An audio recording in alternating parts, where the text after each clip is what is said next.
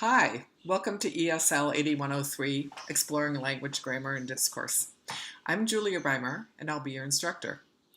This class builds on some of the knowledge that you gained in the very first class you took for the MAT-SOL, ESL 8100, Introduction to Applied Linguistics. Our exploration of grammar will include learning about key grammar patterns or rules in English, but we won't stop there. We'll focus particularly on how meaning is constructed through the grammatical choices that speakers and writers make. One topic we'll look at is the effect that social context has on language, and also the reverse, how language affects the social context. So, for example, let's think about a job applicant who ends her cover letter with the phrase, "So anyway, let me know when we can get together." What kind of relationship does that seem to indicate between the applicant and the employer?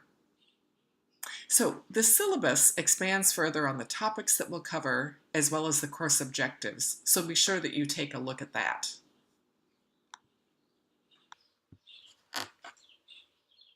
A few housekeeping details that are important for you to keep in mind as we go through the course.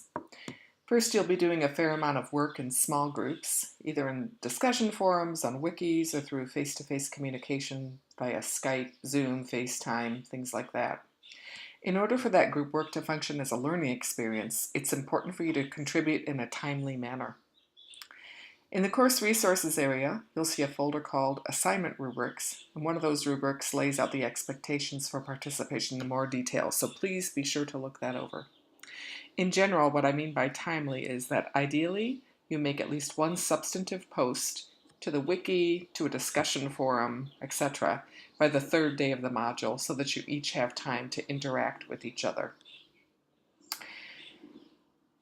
One of the technologies that we'll be using for interactions is called VoiceThread.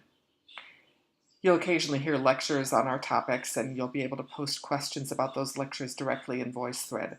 I just want to give you a heads up that one of my colleagues, Bonnie Sweersman, who co-developed this class with me, made a few of those recordings. So occasionally you'll hear her voice, even though she's not teaching this section. I will also contribute during each module of the course.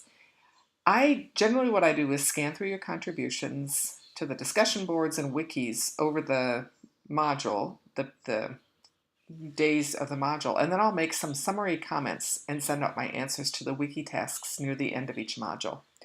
If you feel like you need an immediate answer or clarification about some point, please don't hesitate to email me. I'll also set up regular virtual office hours and review sessions, so look for an email from me soon with further details about that. A couple of notes about the workload. This is a 4-credit class, so as such you can expect to spend a total of about 8 to 10 hours on each of the modules. Approximately half of that time will be with the online materials on Moodle, on Learning House. The other half will involve reading the textbooks, completing assignments, things like that. So please let me know if you're spending significantly more time than that on each of the modules. In order to continue to get to know you, I'd like you to do 2 activities. The first is this. Imagine that you're applying to teach the Intensive English program at Lake Wobegon Technical College in Minnesota. Please write a 1-page cover letter that describes your real-life experiences and qualifications related to this position teaching ESL to adults. Post your cover letter in the cover letter discussion forum. The second thing I'd like you to do is to read the 3 cover letters found in the folder called Cover Letters in the introductory module materials. These are letters written by me, Bonnie, and Betsy Parrish, who you'll have as an instructor in another course. We've written them as if we were applying for our current positions teaching in the MA-TESOL program. I hope you enjoy our explorations in this class. I always find that I learn a lot from my students, so I'm looking forward to exploring with you.